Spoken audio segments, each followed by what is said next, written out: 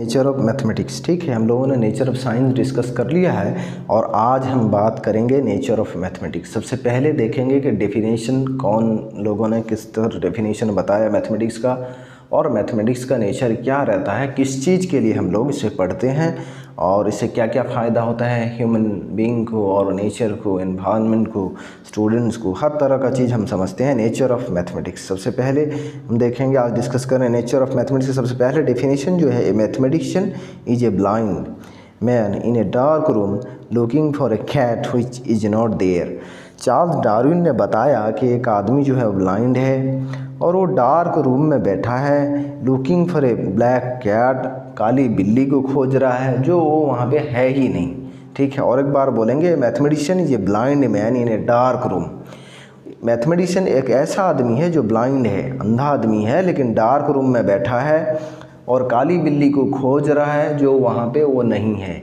ठीक है, कितना क्रिटिकल बात बता रहे हैं चार्ल्स डार्विन कि एक आदमी को अगर मैथमेटिशियन बनना होगा या मैथमेटिक्स में जमना होगा तो ये इस तरह का उसके अंदर एबिलिटी होना चाहिए या मेहनत का जज्बा होना चाहिए। कुछ भी ना हो लेकिन उसे मेहनत करना पड़ेगा या उसको कुछ खोज कर निकालने के लिए। डार्विन कौन आदमी है? इन्होंने बहुत बायोलॉजी में काम किया है और बहुत ज़्यादा एनिमल को इन्होंने डिस्कवर किया है। चार्ल्स डार्विन लगभग 1500 एनिमल को उन्होंने डिस्कवर किया है, न्यू स्पेसीज़ के। और इन्होंने ये theory of evolution Charles Darwin ने दिया। जैसे बंदर से आदमी बना, ये जो थ्योरी ऑफ इवोल्यूशन है, इवोल्यूशन चार्ल्स डार्विन का थ्योरी है, थ्योरी ऑफ इवोल्यूशन। और थ्योरी ऑफ नेचुरल सिलेक्शन भी इन्होंने दिया। जो लोग बायोलॉजी के स्टूडेंट हैं, जो बच्चे ये चीज़ अच्छी तरह समझते हैं, theory of natural selection Charles Darwin ने दिया। इसका मतलब कि जो आदमी को नेचर सिलेक्ट करेगा उसे रखेगा और जिसे नेचर सिलेक्ट नहीं कर सकेगा उसे निकाल फेंकेगा। निकाल फेंकेगा मतलब वो मर जाएगा या वो इस दुनिया से ख़त्म हो जाएगा। उस एनिमल को इन्होंने थ्योरी ऑफ नेचुरल सिलेक्शन बताया चार्ल्स डार्विन ने। A mathematician is a blind man in a dark room looking for a black cat which is not there. उन्होंने बताया कि मैथमेटिशियन एक ब्लाइंड आदमी है और डार्क रूम में बैठा है और ब्लैक कैट को खोज रहा है जो उस रूम में है ही नहीं, ब्लैक कैट, लेकिन खोज रहा है वो उसे। ये डेफिनेशन चार्ल्स डार्विन ने बताया मैथमेटिक्स का। फिर आगे देखते हैं, this science of indirect measurement. अगर किसी चीज़ को इनडायरेक्टली हमें मेजर करना होगा, सिर्फ देखकर या कुछ तरह थोड़ा बहुत देखकर मेजरमेंट करना होगा, तो उसे भी हम मैथमेटिक्स बोलेंगे या मैथमेटिक्स का डेफिनेशन में इसे समझते हैं कि अगर किसी को इनडायरेक्टली मेजर कर रहे हैं या माप रहे हैं हम लोग, तो उसे भी हम मैथमेटिक्स बोलेंगे। Mathematics is the science of indirect measurement. ये साइंस नहीं, मैथमेटिक्स का डेफिनेशन है। साइंस का मतलब यहाँ पे बात करा जा रहा है इनडायरेक्ट मेजरमेंट का। अगर कोई आइडिया है इनडायरेक्ट मेजरमेंट का, उसे हम लोग मैथमेटिक्स बोलेंगे। ये ऑगस्ट कॉम्टी ने दिया।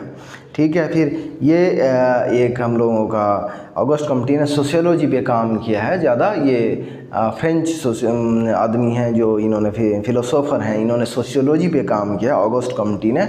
और इन्होंने ये मैथमेटिक्स का डेफिनेशन भी दिया है, the science of indirect measurement, August Comte. The science of quality, ये अरिस्टोटल बताते हैं। अरिस्टोटल कौन आदमी हैं? जिन्होंने फादर ऑफ जियोलॉजी कहा जाता है इन्हें। स्टडी ऑफ एनिमल जो होता है zoology, father of zoology Aristotle को कहा जाता है। फादर ऑफ बायोलॉजी भी अरिस्टोटल को कहा जाता है। Study of both plant and animal is known as biology, और इसे हम लोग फादर ऑफ बायोलॉजी भी बोलते हैं अरिस्टोटल को। और फादर ऑफ इक्थायोलॉजी भी बोलते हैं। इक्थायोलॉजी का मतलब है study of fish. Study of fish जो है ये अरिस्टोटल बताते हैं और इन्हें भी उनका फादर बताया जाता है स्टडी ऑफ इक्थायोलॉजी में। और इन्होंने मैथमेटिक्स का डेफिनेशन बताया, द साइंस ऑफ क्वालिटी और द सब्जेक्ट ऑफ क्वालिटी नहीं, subject, the science of quantity. गलती से यहाँ पे क्वालिटी लिख दिया गया, ये होगा हम लोगों का क्वांटिटी। याद रखना, आपको क्वालिटी बिल्कुल भी नहीं याद रखना, क्वांटिटी ये यहाँ पे हम एन कर देते हैं। द साइंस ऑफ क्वांटिटी और the subject, the topic of quantity और द आइडिया ऑफ क्वांटिटी जो है उसे हम लोग मैथमेटिक्स बोलेंगे। याद रखना, ये क्वांटिटी है, क्वालिटी नहीं है। ये दो हम लोग बोलते हैं क्वांटिटी। ये अरिस्टोटल ने दिया, द साइंस ऑफ क्वांटिटी इन्होंने बताया अरिस्टोटल ने, क्वालिटी नहीं। गलती से क्वालिटी लिखा गया है, द साइंस ऑफ क्वांटिटी ये अरिस्टोटल ने बताया। इन्होंने बायोलॉजी पे बहुत अच्छा काम किया, इक्थायोलॉजी, स्टडी ऑफ फिश पे भी किया और दूसरे पे। फिर हम आगे देखते हैं nature of mathematics. Mathematics is a subject of logical reasoning. ठीक है, कोई भी चीज़ आप समझ रहे हैं वो लॉजिक उसके पीछे क्या है, किस तरह से हो रहा है, उसका पैटर्न कैसा है, सारा चीज़ अगर आप समझ रहे हैं, इसे हम लोग मैथमेटिक्स बोलेंगे या मैथमेटिक्स सब्जेक्ट बोलेंगे। ठीक है, उसके आगे देखते हैं मैथमेटिक्स स्टडी ऑफ स्ट्रक्चर। कोई से स्ट्रक्चर को देख रहे हैं, उसको मेजर कर रहे हैं, उसको समझ रहे हैं, उसका मेजरमेंट कैसे हो रहा है। उसी तरह और एक स्ट्रक्चर अगर बनाना होगा तो हम कैसे बनाएंगे। अगर मेजरमेंट आप समझ जाते हैं बड़े आसानी से आप बना सकते हैं उसी तरह का स्ट्रक्चर आप देख के दूसरा स्ट्रक्चर। जब किसी भी बिल्डिंग में आर्किटेक्चर का काम होता है तो वहाँ पे क्या होता है ना, अलग अलग तरह का फूल बनाया जाता है या अलग अलग डिज़ाइन बनाया जाता है। एक डिज़ाइन से दूसरा डिज़ाइन इक्वल है या अगर सेम टाइप का डिज़ाइन बन रहा है तो उसमें कहीं ऊंच नीच ना हो, उसके अंदर का जो डिस्टेंस है, कोई एरिया है, वो सही रहे सारा। ये भी स्टडी ऑफ स्ट्रक्चर बोला जाता है। तो इसलिए हम लोग इसको नेचर ऑफ मैथमेटिक्स में देखें हैं।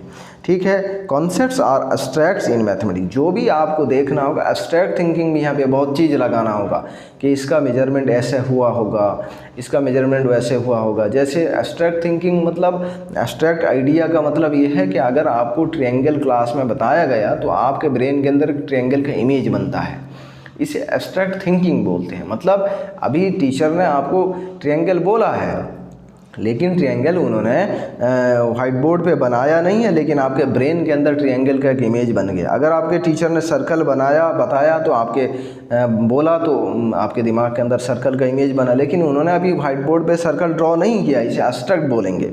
Concepts are abstract in mathematics. बहुत सारा वक्त में एब्स्ट्रैक्ट कंसेप्ट भी आपको लगाना होगा मैथमेटिक्स को सॉल्व करने के लिए या समझने के लिए। फिर आगे हम लोग देखें mathematics is study of discover. Discover का मतलब यह है कि मैथमेटिक्स को कहीं से भी कोई चीज़ को डिस्कवर करना है या कोई सा कैलकुलेशन को निकालना है या कोई से कैलकुलेशन को हम लोगों को समझना है या कोई सा नया कंसेप्ट को समझना है तो हमें मैथमेटिक्स को यदि वहाँ पे कैलकुलेशन नहीं करते हैं तो फिर हमें डिस्कवर करना पड़ेगा कोई नया कंसेप्ट, फिर उसके बाद हम लोग मैथमेटिक्स को समझ सकते हैं। जैसे फिजिक्स को बहुत सारा सॉल्व करने के लिए तो कैलकुलस को निकाला गया, डेरिवेटिव आया, इंटीग्रेशन आया मैथमेटिक्स में। ठीक है, और भी बहुत सारा हम लोगों का आया, लिमिट है, डिफरेंशियल इक्वेशन है, ज्योमेट्री को समझने के लिए और स्पेस 3D ज्योमेट्री को समझने के लिए 3 डायमेंशनल कोऑर्डिनेट ज्योमेट्री आया। इस तरह का जो भी चीज़ है डिस्कवर किया गया कि किसी चीज़ को समझने के लिए मैथमेटिक्स को डिस्कवर करना पड़ता है, इसे हम लोग नेचर ऑफ मैथमेटिक्स में बोलते हैं। फिर लास्ट मोड देखते हैं mathematics is a science of accuracy. फिर एक्यूरेसी का बात आता है। मैथमेटिक्स में होगा तो आपको सही आंसर मिलेगा या तो गलत हो जाएगा। मैथमेटिक्स बोलता है कि आपको एक्यूरेट देगा चीज़ मैक्सिमम, अगर चीज़ सही है सही बताएगा, अगर गलत है तो गलत बताएगा। या इसका मैथमेटिक्स में जो चीज़ आपको सही होगा सही मिलेगा और गलत जो होगा तो वो बता देगा मैथमेटिक्स कि नहीं ये चीज़ आपका सही नहीं है। और एक्सेप्ट अगर मैथमेटिक्स करेगा तो करेगा, अगर रिजेक्ट होगा तो गलत होगा तो रिजेक्ट कर देगा। ये मैथमेटिक्स के नेचर ऑफ मैथमेटिक्स में हम डिस्कस कर रहे थे, कंप्लीट हो गया है।